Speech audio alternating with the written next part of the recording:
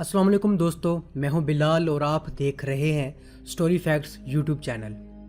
دوستو، ISI پاکستان کی intelligence agency ہے جس کی بنیاد پاکستان بننے کے بعد 1 جنوری 1948 میں رکھی گئی۔ پاکستان بننے کے بعد سے ISI نے بہت سے کامیاب آپریشنز کیے، جن میں کئی آپریشنز پاکستان سے باہر بھی کیے گئے۔ مختلف ادوار میں پاکستان کے کئی ایسے ISI چیف رہے جنہوں نے ایسے سیکرٹ مشن کیے کہ جو دوسرے ممالک کی ایجنسیز کے لیے ناممکن تھے، اور ان کی وضاحت اس ویڈیو میں آگے جا کر کروں گا۔ اس ویڈیو میں آپ کو پاکستان کے بننے کے بعد ان 73 سالوں میں مختلف اوقات میں بننے والے ایسے مشہور اور انٹیلیجنٹ ISI چیفز کے بارے میں بتاؤں گا کہ جو آج تک نہ صرف دنیا میں زیر بحث ہیں بلکہ جنہوں نے پوری دنیا میں اپنا لوہا منوایا ہے۔ کچھ ISI چیف تو ایسے بھی تھے جن کو پکڑنے کے لیے باقی ممالک کی ایجنسیوں نے سر توڑ کوشش کی لیکن ناکام رہے، جن میں جنرل حمید گل، جنرل جاوید ناصر اور جنرل احسان الحق جیسے نام شامل ہیں۔ تو بنا ٹائم ویسٹ کیے چلتے ہیں اپنی ویڈیو کی طرف۔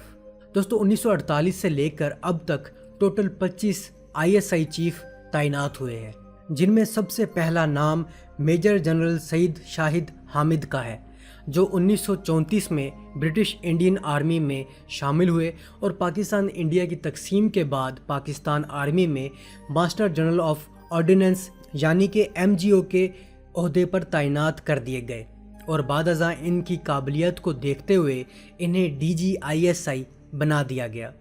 دوستو، میجر جنرل شاہد حامد نے ورلڈ وار 2، برما کمپین 1941 سے 1942، برما کمپین 1944 سے 1945، پاکستان انڈیا وار 1947 اور لداخ ملٹری آپریشن میں بھی حصہ لیا۔ یہ وہ دور تھا جب ISI کی بنیاد ایک چھوٹے سے کمرے میں رکھی گئی اور اسے پروفیشنل بنانے کا کام زور و شور سے جاری تھا، اور ISI کے اہلکاروں کی تربیت کرنے میں میجر جنرل شاہد حامد کا ایک بڑا رول تھا۔ یہ 20 جون 1950 کو ریٹائر ہو گئے اور انہیں ہلال جرت سے نوازا گیا۔ فرینڈز، یہ تو تھے ISI کے پہلے چیف۔ ان 2 سالوں میں ISI نے کوئی آپریشن تو نہیں کیا، لیکن اس کے بعد آنے والے ISI کے ڈائریکٹر جنرلز نے ایسے کارنامے دکھائے جو رہتی دنیا تک یاد رکھے جائیں گے۔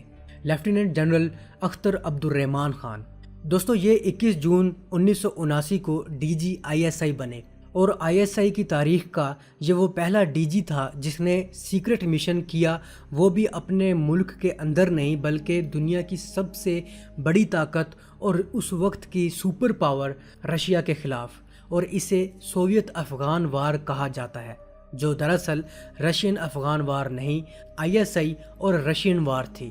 دنیا حیران تھی کہ ایک چھوٹا سا ملک جس کی آرمی کی تعداد انتہائی کم ہے، جس کے پاس اسلحہ رشیا کے مقابلے نہ ہونے کے برابر ہے، وہ رشیا کے خلاف افغانستان میں اپنے سولجرز کیسے بھیج سکتا ہے۔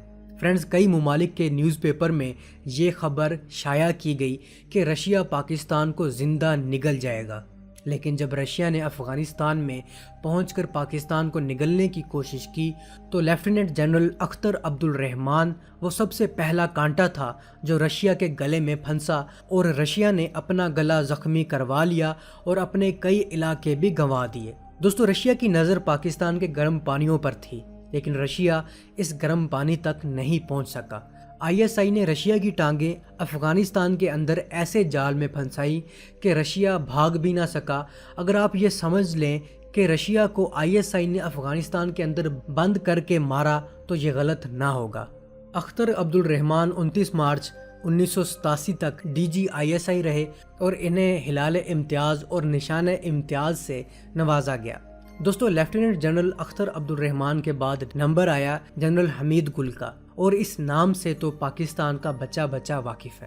پاکستان کی تاریخ کا یہ وہ واحد DG ISI تھا جو سب سے زیادہ مقبول ہوا۔ جنرل حمید گل کو 29 مارچ 1987 کو DG ISI تعینات کیا گیا، اور تب سوویت افغان وار اپنے عروج پر تھی۔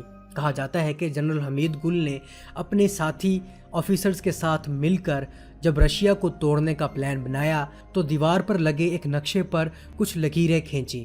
تاریخ گواہ ہے کہ رشیا بالکل اسی طرح ٹوٹا جس طرح لکیریں کھینچی گئی تھی۔ افغانستان کے اندر رشیا کے خلاف جنرل حمید گل نے طالبان بنائے اور اسی وجہ سے انہیں گاڈ فادر آف طالبان کا لقب دیا گیا۔ دوستو امریکہ کی موسٹ وانٹڈ لسٹ میں جنرل حمید گل کا نام بھی تھا۔